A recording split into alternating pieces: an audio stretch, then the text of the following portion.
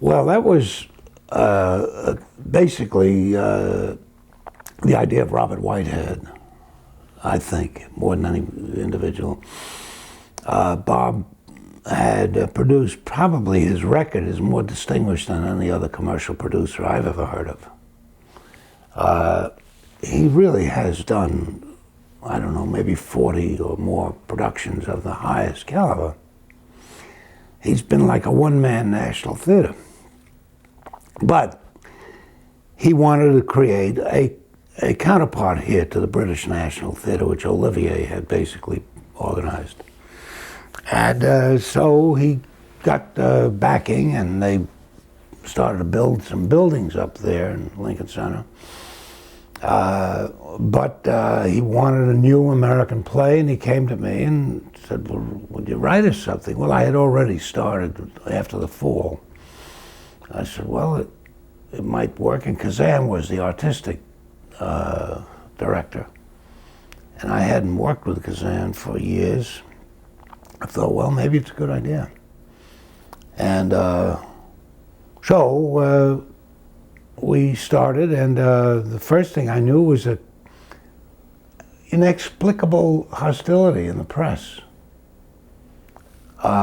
It was as though Whitehead was going to use this new theater for his own purposes, and that I somehow was going to, and Kazan, and so on. And the truth of the matter is, we would all lose money. If I had a successful play, it would only be done 2 or 3 times a week, because there would be other plays in the repertory. Whereas on Broadway, it'd be done every night. My royalties were cut in half, at least, more. The other thing was that Whitehead could make a lot more money as a commercial producer than he could ever make in this place. And certainly Kazan could. He was a hot movie director. So what we had thought was kind of a crazy, idealistic thing, they immediately, from the Village Voice to the right, to the middle, to the left, their cynicism was projected onto this project. And I went so far as to go over to Staten Island there, to school, to college, to try to get the young people to send in their plays. And they weren't so young, but they were in their 30s, these writers. I said, well, come on, we've got a theater waiting. I said, you mean you'd do one of our plays? You see, the defeatism was so profound in these people. It was unbelievable.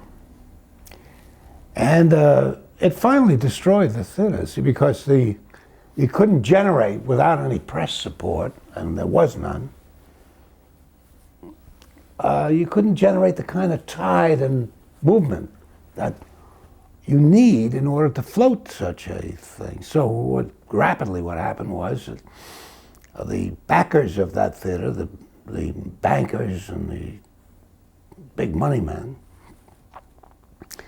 Whitehead had said to them endless times, look, there's no way to make any money on this theater. The more successful you are, the more it's going to cost you. They couldn't understand that. He said, well, it's obvious. You see, if we're going to do a repertory of 4 plays, you need 4 different sets, 4 different sets of costumes, possibly 4 different casts, or a mixture of casts. You need more actors. You got to pay them all the time. Many of them won't be working some of the time, and you got to pay them. Directors, the whole works is multiplied by however many productions you've got. Well, they hadn't thought of that. So they cooled considerably. And finally, they sabotaged the whole thing by wanting Rex Harrison to come in with a British play to start the whole thing. Can you imagine? This was the Great American Theater. So the only theater these guys knew about was that Broadway theater, and what they wanted was a Broadway theater on a bigger scale. That's all, with more fancy cultural signals. And they managed to kill it. It could have happened.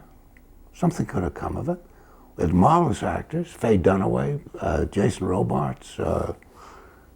God, there was a dozen first-class, wonderful American actors.